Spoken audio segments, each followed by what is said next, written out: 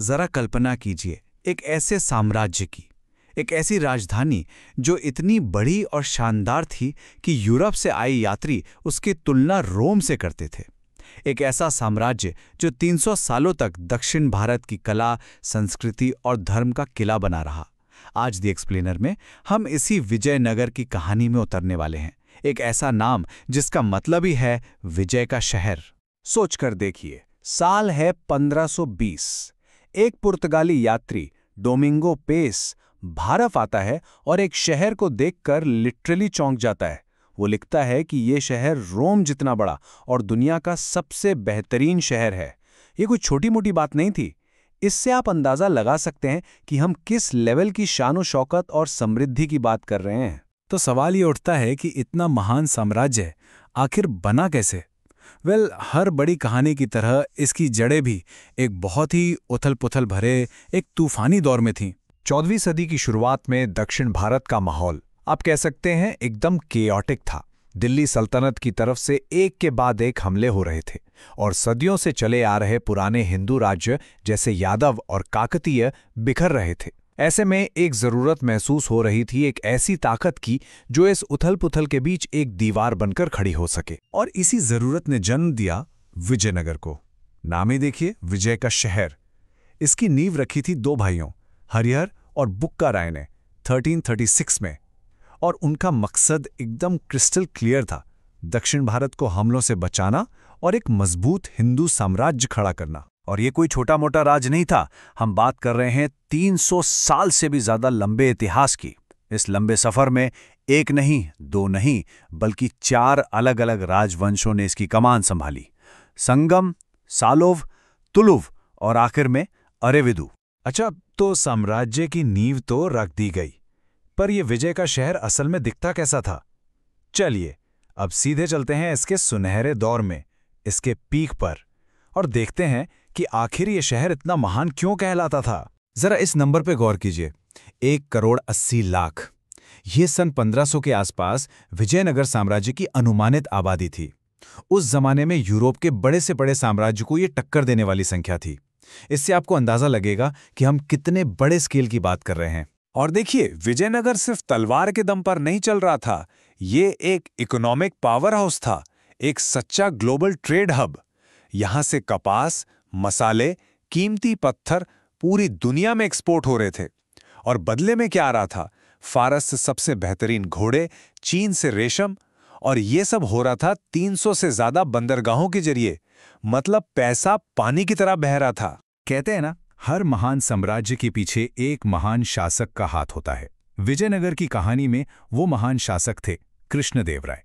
इनके दौर को ही विजयनगर का गोल्डन एज यानी स्वर्ण युग कहा जाता है। सिर्फ 20 साल के अपने राज में कृष्णदेव राय ने विजयनगर को उस बुलंदी पर पहुंचा दिया जहां वो पहले कभी नहीं था।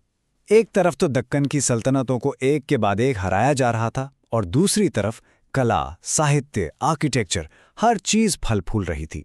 उनके राज में विजयनगर सही मायनों में साउथ इंडिया की अनडिस्प्यूटेड सुपर पावर बन गया। और कृष्णदेव राय कोई एक आयामी शासक नहीं थे। उनकी शख्सियत के कई पहलू थे। मैदाने जंग में वो एक अपराजय योद्धा थे, वहीं शांति के समय में वो एक महान निर्माता थे जिन्होंने हम्पी के कुछ सबसे खूबसूरत मंदिरों को बनवाया।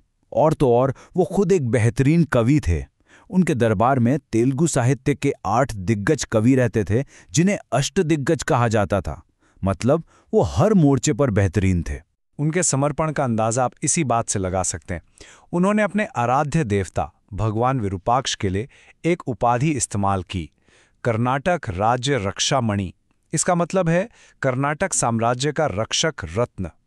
ये सिर्फ एक टाइटल नहीं था, ये दिखाता है कि वो अपने राज्य को कितना पवित्र और कीमती मानते थे। लेकिन इतिहास का एक नियम है, जो चीज अपने शिखर पर पहुंचती है उसे एक दिन नीचे भी आना पड़ता है। अब हम विजयनगर की कहानी के उस हिस्से में दाखिल हो रहे हैं जो सबसे दुखद है, इसका पतन। तो हुआ ये कि विजयनगर की ताकत लगातार बढ़ रही थी और उस वक्त के शासक राम राय एक तरह की डिवाइड एंड रूल पॉलिसी अपना रहे थे। वो दक्कन की अलग अलग सल्तनतों को आपस में भिड़ाते रहते थे। लेकिन ये चाल उल्टी पड़ गई जिन सल्तनतों में आपस में दुश्मनी थी, उन्होंने अपने सारे झगड़े भुला दिए और अपने कॉमन एनिमी यानी विजयनगर के खिलाफ एक हो गईं। और फिर वो दिन आया, 1565, तालीकोटा का मैदान। एक तरफ विजयनगर की विशाल सेना जिसके पास हजारों हाथी थे, और दूसरी तरफ सल्तनतों का गठबंधन। अब देखिए, विजयनगर के पास संख्या बल था, नो डाउट, लेकिन सल्तनतों के पास थी बेहतर टेक्नोलॉजी।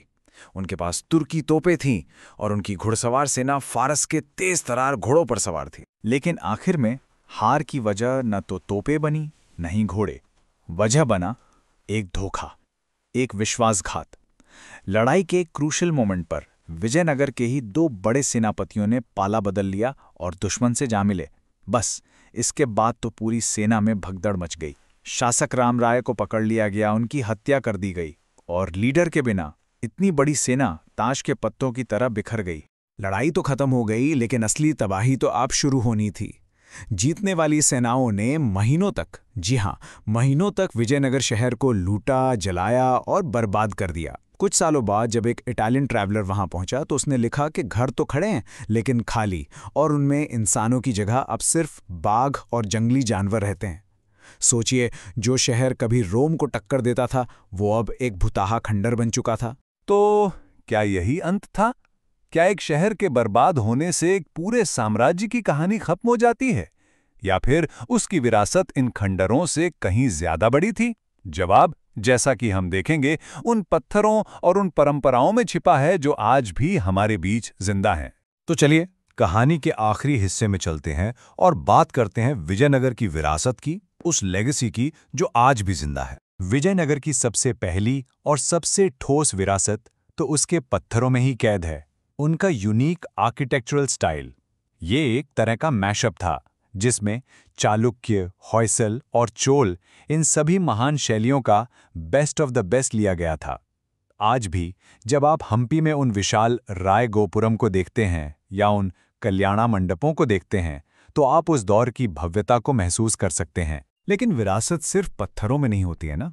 आज हम्पी एक यूनेस्को वर्ल्ड हेरिटेज साइट है, ये तो हम सब जानते हैं। पर क्या आप जानते हैं कि साउथ इंडिया का जो क्लासिकल म्यूजिक है, कर्नाटिक म्यूजिक, उसने अपना आज का रूप इसी दौर में लिया। कन्नड़ और तेलुगु साहित्य का गोल्डन एज यहीं पर था, और सबसे बड़ी बात, इसने दक्षिण भारत की एक खास सांस्कृतिक पहचान को मजबूत किया जो आज भी हमें देखने को मिलती है। तो अगली बार अगर आपका कभी हम्पी जाना हो तो उन खंडरों को सिर्फ पत्थर के ढेर की तरह मत देखिएगा। वो हर एक पत्थर एक कहानी सुनाता है, एक महान साम्राज्य के उठने की, उसकी बेमिसाल समृद्धि की, और हाँ, उसके दर्दनाक अंत की भी। और आखिर में ये हमें एक बहुत बड़े सवाल पर लाकर छोड़ देता है। आखिर कैसे एक विजय का शहर खंडरों के शहर में बदल जाता है? और इसकी ये पूरी महागाथा आज की दुनिया के लिए, आज के साम्राज्यों के लिए क्या सबक रखती है? इस सवाल पर सोचिएगा जरूर।